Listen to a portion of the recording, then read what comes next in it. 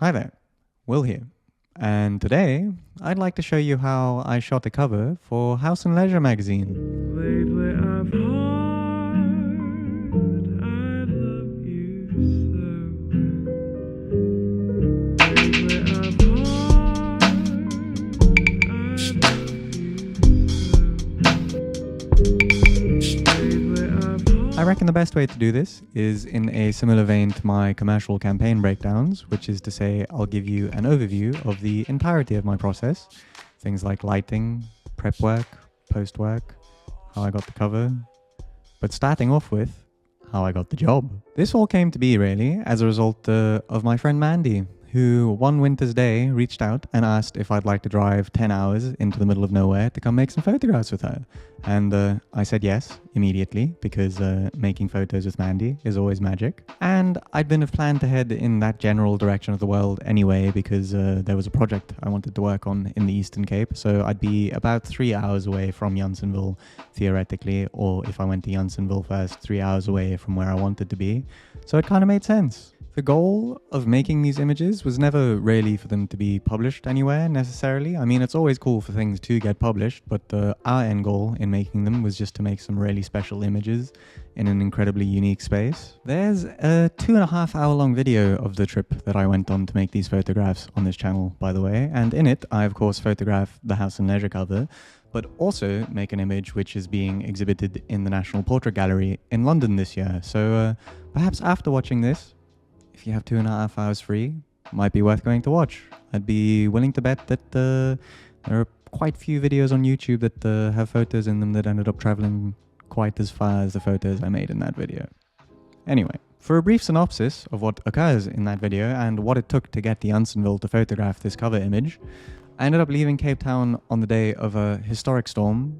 All the normal roads through Janssenville ended up being washed out and flood damaged, so I had to take a major detour, ended up driving down a totally destroyed and flooded dirt road for a couple of hours in the middle of nowhere at night, and got to the house late in the evening after what ended up being around 16 hours on the road. I just got here. It's late. These are the digs. Very interesting vibes. Apparently it's haunted. I will report back in the morning. I haven't mentioned this before in a video, but after all the musings on that house potentially being haunted, I woke up at like 3 in the morning to what sounded like someone screaming their lungs out, and basically got the biggest fright of my life and just managed to go back to sleep because I was so tired from being on the road. I was like, well, if there is a ghost here screaming its lungs out, I suppose the only thing I can do is sleep and see what happens. And then when I spoke to Mandy about it the next morning, she said it was probably a peacock, because there's peacocks that roam around there. But that was probably the scariest night of my life, to be honest. I mean, already being on edge because cats have told you that somewhere is haunted, and then waking up at 3 in the morning to the loudest scream you've ever heard is pretty gnarly. Anyway, a large part of why I immediately said yes to making these photographs for Mandy was that her attachment to the house had to do with the familial ties she had to the place, and an interest in the unique aesthetic sensibilities that went into making a place like this exist.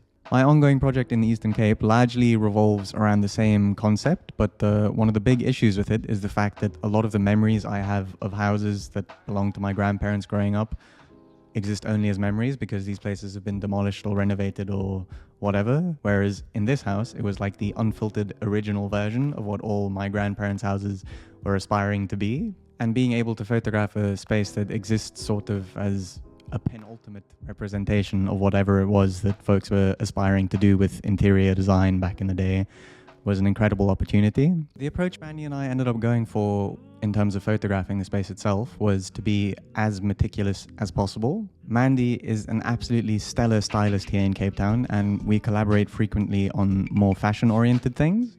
So being able to work with her in this capacity and literally in her element was a great treat. It can't really be overstated just how much attention and effort went into making these images. Outside of the 16 hours it took to get there in the first place, pretty much every single image was a 30 to 45 minute setup maneuver to make sure that things looked as nice as they could. I had 5 rolls of film to work with, and there were 40 images Mandy really wanted to make. So we were as meticulous as we possibly could be, given that there were only theoretically 10 shots that could not be perfect. The way I decided to go about making sure I got everything we wanted and that it made sense spatially was to set up a document, laying out what images needed to be made and where, with digital reference images from my phone, and then planned out the best approach spatially. I also limited the number of rolls I wanted to use in each room so that I wouldn't go overboard with the pictures. The biggest headache when working in somewhat confined spaces is moving the light source around if you're using artificial light, so I separated things into natural and artificial light, did a lighting scout with Sunseeker to make sure we'd have the light we needed and at what time we needed to be there, and then planned out how exactly I wanted to move through the house so we didn't end up needing to backtrack with my light. The bulk of the images were made on the first full day that I was there, and we shot until around 11 at night. Because I'd made myself a document, we were able to plan it so that everything I wanted to shoot with natural light was done while there was daylight, and then we shot the scenes that we didn't need natural light for once the sun had gone down. I let the space inform what I reckon would work best. Basically, for me, the biggest elements in choosing to light things artificially are actually two different things. Obviously, how nice the natural light is. If there isn't any, it gets lit artificially. But also, color. Using a flash will render color completely differently to the way natural light would in a majority of circumstances. And in this context, you'll note that the majority of the scenes where the color comes from the subject matter itself, I lit with flash. If you'd like a further breakdown of this and my approach to color, I have an extremely thorough color course you can do with stellar reviews linked in the description of this video. It's not free, it's priced very fairly given that it's basically a summation of 10 years worth of research, investigation, learning, time on set, professional retouching work, etc, etc. But the cats who've done it are very stoked so far, so worth looking into. Anywho, for a bit of a breakdown, in terms of the technicalities of the lighting setup. It's my personal flash, which is the Godox AD400, run wirelessly with a Godox trigger and PC sync cable connected to the lens. It's super simple and fun to use when it works. It does on occasion have syncing issues, but it serves me more than well enough so long as I'm patient with it when it has its moments. Since it was the only flash I had with me outside of my little Contax TLA200, I lit everything that was artificially lit with the AD400. So a single light source modified with 120 centimeter octobox for the most part. If you're wanting to learn more about lighting, my strong advice would be to just mess around with a single light source a bunch with a decent modifier like an octobox or an umbrella if you want a softer look to things.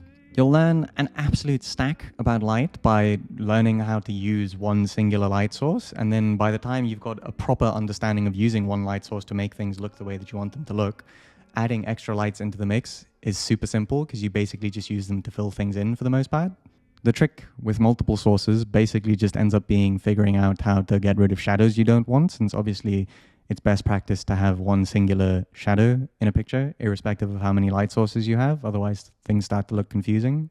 But there's numerous ways to work around that. For image-specific breakdowns, I'll do one that was lit with the Octa and one that was lit two ways with no modifier. This pink room is one of many photographs from this series that was lit with an octobox. And you can tell because the shadows are quite soft and there's a lovely even spread of light. The way I use the octobox specifically here is it's sort of above my left shoulder and at an angle to try get rid of any reflections in the reflective surface of the tiles. That's kind of the biggest catch when you're using a big modifier like an octobox, is that it's got a very big surface area that'll reflecting things, so that's basically what I was trying to avoid. But it works well for scenes like this, especially in a room that's as small as this one. Like, the trickiest thing really was finding a space for it to be. It's touching the roof essentially. You can actually maybe see some of it in the roof at the very top of the frame. It was the right call for this circumstance because natural light wouldn't have had the pinks popping as hard. And then the unmodified light scene is this bar one, where basically because it's a remote trigger, I can have the strobe technically exist within the frame. So it's sort of sitting up on top of a shelf behind that awning thing, and is just a bare bulb without even having like a normal little zoom reflector on it, because it's a bit of a headache to get a zoom reflector on this AD400 when you've got the octobox mount on it. So I just chucked it up there, got a reading sort of for the light falling on the bar and rolled with that. The reason there's such a discrepancy between these two frames is because quite often I like to balance things out with natural light. So the one on the right hand side is just lit by the unmodified strobe, and then the one on the left is lit by the unmodified strobe in the same way, but with the exposure balanced to match the ambient light. For a breakdown of the cover image, I wish I could say that it was a super techie lighting scenario, but basically you can see in the reflections on the glass bits that there is a modifier, but it wasn't used in lighting the picture.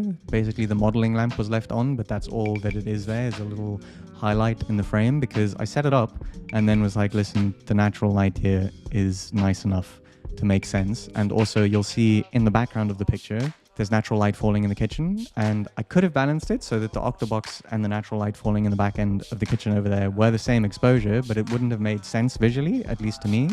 So natural light in the front and natural light in the back ended up being the call, and fair to say it kind of worked out, I suppose. I wish I could say that it's my photographic prowess that netted us the cover, but really it's Mandy's stylistic sensibilities and the fact that she had this vision for the space that resulted in things ending up where they are. Mandy is also the person who approached the House and Leisure people with these images, so really it wouldn't have happened without her on every single level. She's the best. This issue of House and Leisure itself is sublime as a whole too. I've assisted on a number of shoots that have appeared in it over the years, and even a different cover shoot once, so it really is a sublime honor to be able to say that I've had an image on the cover of it now. A monumental thank you to Mandy for trusting me to help bring her vision to life, to the folks at House and Leisure for running with this vision, and to anyone who watches these videos, since a large part of the joy of being able to make things is being able to share it with people. I'd highly recommend watching the video of the road trip itself, by the way. I mean, like I say, there's a cover image and an image that's up in the National Portrait Gallery this year that are made throughout the course of it, so if you're worried about the quality of things, at least photographically, don't be. That whole trip wouldn't have been possible without the support this channel receives on Buy Me a Coffee, so endless thanks to the folks who support things there. You're more than welcome to support me for future endeavors if you choose to do so. And if you're curious about how I achieve my color in film photography and general photography, really, there's a color course linked in the description with 5-star reviews all around, sharing my intimate color secrets and a vast number of other things relating to what goes into making my pictures look the way they do. Worth checking out. Anyway, until next time, cover story will. Baby,